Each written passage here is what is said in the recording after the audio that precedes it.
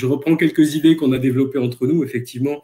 Vis-à-vis des inspecteurs, eh bien, ça sera aussi de se dire, il y aura un temps de réflexion à travers ce séminaire entre vous, alors inspecteur d'économie-gestion et inspecteur de design et métiers d'art, à réfléchir sur comment travailler sur la formation en académie. Alors, soit, comme je l'ai dit ce matin, directement avec un centre ou en petit groupe, hein, puisque il n'y a jamais 30 formateurs dans une académie pour le brevet professionnel, mais travailler sur ces fameuses situations professionnelles, hein, sur ce projet global de formation qui est quand même assez nouveau pour certains collègues. Et puis, justement, comment voir comment les savoirs des uns et des autres, hein, les savoirs associés, hein, que certains revendiquent, hein, par rapport à leur discipline, eh bien, s'inscrivent dans cette problématique collective. Je pense que ça, c'est important. Ça va vraiment être un temps fort autour de ça. On voit bien qu'il y a cette inquiétude qui est logique, hein, qui est normale, autour de comment je vais faire autrement, en fait, hein, autour beaucoup de questions autour des savoirs associés. Alors là, les savoirs associés n'ont pas disparu, simplement, effectivement, ils sont réorganisés d'une autre façon. Alors, ça peut être un peu décontenançant, hein, si on cherche, entre guillemets, ces petits, mais le but, c'est pas de trouver ces petits, c'est de trouver en quoi les savoirs associés vont répondre au développement des ou de la compétence, si on n'en prend qu'une, ou au développement d'un bloc de compétences, et ce, dans un collectif qui est peut-être nouveau pour certains.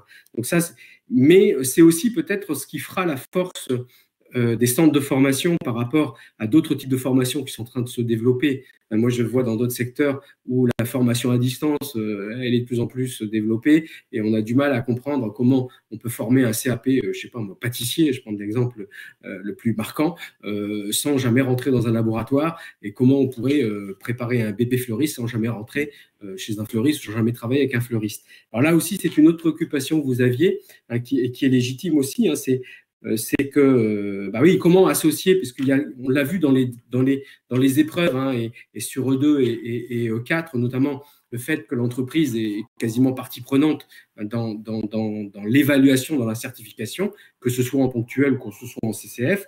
Là aussi, c'est important. Vous avez le temps, vous avez 2 ans et demi. Hein, vous avez, on va dire, là, il y a 6 mois avant la rentrée du BP, mais après, l'épreuve d'examen n'arrivera que dans 2 ans.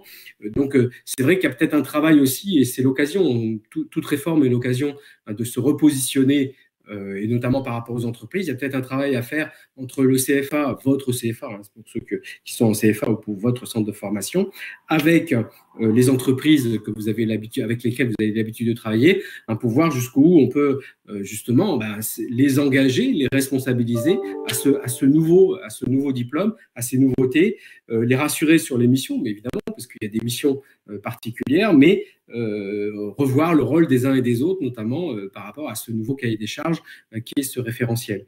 Je pense que parfois même, il faut se poser la question, de la signature d'un contrat, c'est à 3. Hein, il y a l'apprenti, il y a le centre de formation et il y a l'entreprise. Là aussi, c'est un engagement à 3, hein, qu'il faut peut-être remettre un peu sur le tapis pour certaines entreprises.